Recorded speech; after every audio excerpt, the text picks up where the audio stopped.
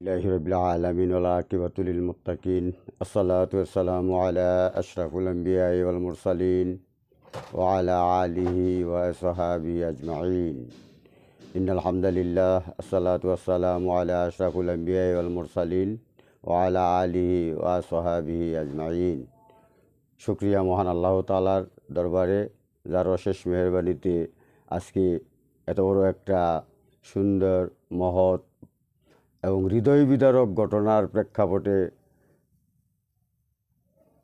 এই আজকের যে হাদি ভাইয়ের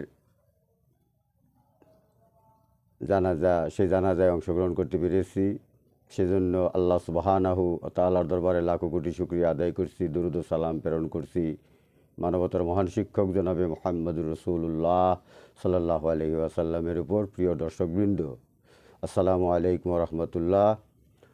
আজকের যে প্রেক্ষাপট, এই প্রেক্ষাপটে বক্তব্য দীর্ঘায়িত তো দূরের কথা, বক্তব্য দেওয়ার মতো নয়। ভারাক্রান্ত হৃদয় নিয়ে, মন ভাঙ্গা হৃদয় নিয়ে এই প্রোগ্রামে এসেছি আমরা একমাত্র সেই শহীদি কাফেলা ইনকিলাব মঞ্চের অগ্রনায়ক, জুলাই বিপ্লবের অগ্রনায়ক এবং জুলাই বিপ্লবের বীর সেনানী অকুতোভয় সৈনিক হাদি ভাইয়ের বিষয়ে হাদি ভাইয়ের জানাজায় অংশগ্রহণ করতে আসলাম। তার মাঝখান দিয়ে দুইটা কথা বলবো এই উদ্দেশ্যে যে আমরা জানাজাতে আসলাম কেন, এখান থেকে আমাদের কিছু শিক্ষণীয় বিষয় আছে। যদি আমরা সেই শিক্ষণীয় বিষয়গুলো শিখি, কাজে লাগাই, তাহলে আমাদের জানাজায় এসে সার্থকতা হবে, আদারওয়াইজ কোনো লাভ নেই জানাজায় এসে। তো আজকের এই জানাজায় দেখলাম আমি একটা জিনিস প্রথমে বলে নিই, সেটা হলো যে আমি আমার যতটুকু বয়স হয়েছে এই বয়সের মধ্যে, সময়ের মধ্যে অনেকগুলো জানাজায় অংশগ্রহণ করার সুযোগ আল্লাহ সুবহানাহু ওয়া তাআলা আমাকে দিয়েছে। সেখানে দেখলাম যে আমার দৃষ্টিকোণ থেকে এত বৃহত্তর জানাজা এটা দ্বিতীয়। প্রথম জানাজা আমি দেখছি 14 কিলোমিটার লম্বা, সেটা হচ্ছে শহীদি কাফেলার এক প্রাণপুরুষ, বিশ্বের খ্যাতিময় ইসলামী স্কলার হজরতুল আল্লামা মরহুম সৈয়দ মাওলানা দেলোয়ার হোসেন সাঈদী জানাজাতে দেখছি প্রায় 14 কিলোমিটার লম্বা জনগণের অবস্থান এবং ভরপুর কানায় কানায় লোক। দ্বিতীয়টা দেখার সুযোগ হয়েছে সেটা হলো শহীদি কাফেলার আরেক সদস্য আমাদের হাদি ভাইয়ের জানাজায়, যেখানে আমি সশরীরে উপস্থিত হয়ে দেখছি এত লোক আমার জীবনে অনুধাবন করা, দেখা সেই সুযোগ হয় নাই। সেই হিসেবে আমার দৃষ্টিকোণ থেকে দেখা থেকে হাদি ভাইয়ের জানাজা হচ্ছে দ্বিতীয় বৃহত্তর জানাজা।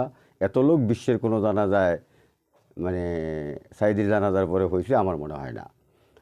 তো যাই হোক, এগুলো তো মূল বিষয় না। বিষয় হচ্ছে যে এই যে এত লোক,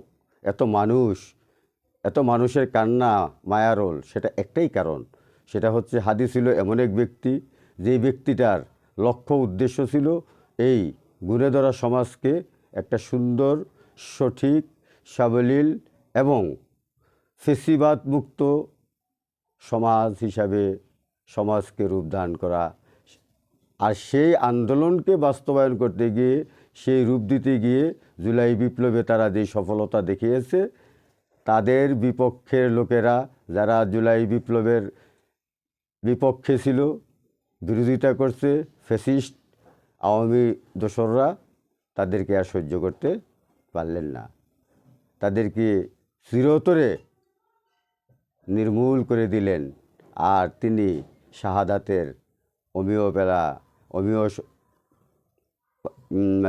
শাহাদাতের তামান্না তিনি লাভ করলেন। আসলে তার কোনো দোষ ছিল না, এটাই প্রমাণ হয় যে সে কোনো দোষী ব্যক্তি ছিল না, খারাপ লোক ছিল না, ভালো। সে ন্যায় কথা বলাই ছিল তার অপরাধ। চাইছিল সমাজকে আল্লাহর আইন, কোরআনের শাসন, সুন্নাহর শাসন, খেলাফতে রাশেদার শাসন, সৎলোকের শাসন কায়েমের জন্য কাজ করা। আর সেই কাজ করতে গিয়েই আমাদের যারা বামপন্থী আছে, আমাদের অনেক লোকেরাই আছে যাদের গায়ের মধ্যে আগুন ধরে গেছে। আগুনও এমন আগুন যে আগুনে তাদের শরীর পুড়ে ছারখার হয়ে যাচ্ছিল, আর সেই আগুনের জ্বালাকে নিভানোর জন্যই আমাদের প্রাণপুরুষ প্রাণপ্রিয় ভাই হাদি ভাইকে দুনিয়া থেকে সরাই দিলেন। আমরা কাউকে উদ্দেশ্য করে বলতে চাচ্ছি না, কোনো দল, কোনো নেতা, কোনো নেত্রী। আসলে মূল বিষয় যেটা আমি বুঝছি সেটা হচ্ছে নির্বাচন করবে উনি ঘোষণা দিলেন স্বতন্ত্র প্রার্থী হিসাবে, আর যে আসনে নির্বাচন করবেন ঢাকা ৮ আসনে, সেখানকার লোকেরা তাকে কোনো মতেই সহ্য করার সুযোগ ছিল না। ফলে আমি মনে করি, সুস্পষ্ট ভাষায় বলতে চাই, তাদের ষড়যন্ত্র এখানে জড়িত। তাদের ষড়যন্ত্রের মাধ্যমে আওয়ামী দোসররা এবং তাদের বাচাটা গোলামরা আমাদের প্রাণপুরুষ ভাই হাদি ভাইকে চিরতরে দুনিয়া থেকে বিদায় করে দিলেন। লাভ নেই। এক হাদি চলে গেছে, লক্ষ হাদি তৈরি হয়ে গেছে। ইনশাআল্লাহ এদেশে কোরআনের আইন, সৎলোকের শাসন কায়েম হবে, হবে, হবে ইনশাআল্লাহ। আসেন আমরা সকলে মিলে সেই জুলাই বিপ্লবের চেতনাকে বুকে ধারণ করে এই নির্বাচনে আগায় যাই। নির্বাচনে আমরা প্রমাণ করে দেই এদেশের মানুষ ইসলাম প্রিয়, ইসলামী আইন তাদের জন্য অত্যাবশ্যকীয়। ইসলামের আইন ছাড়া মানুষের মুক্তি আসতে পারে না, পারে না, পারে না। ইসলামই হলো একমাত্র মুক্তির গ্যারান্টি, তার বিকল্প কিছু নেই। আল্লাহ সুবহানাহু ওয়া তাআলা কোরআনে বলে দিয়েছেন, ইসলাম ছাড়া মানুষের কোনো মুক্তি নেই। আসেন আজকে আমরা এই জানাজা থেকে শপথ করি, এই কোরআনের আইন কায়েমের জন্য আমরা প্রয়োজনে সাদি ভাইয়ের মতো সকলে জীবন দিব, রক্ত দিব, রক্ত ঢালবো, তারপরেও দেশের ময়দানে বাংলাদেশের মাটিতে কোরআনের আইন কায়েমের জন্য কাজ করব ইনশাল্লাহ। এই বলে আমি আমার বক্তব্য শেষ করলাম। ওমা তৌফিক ইল্লা বিল্লাহ। আসসালামু আলাইকুম।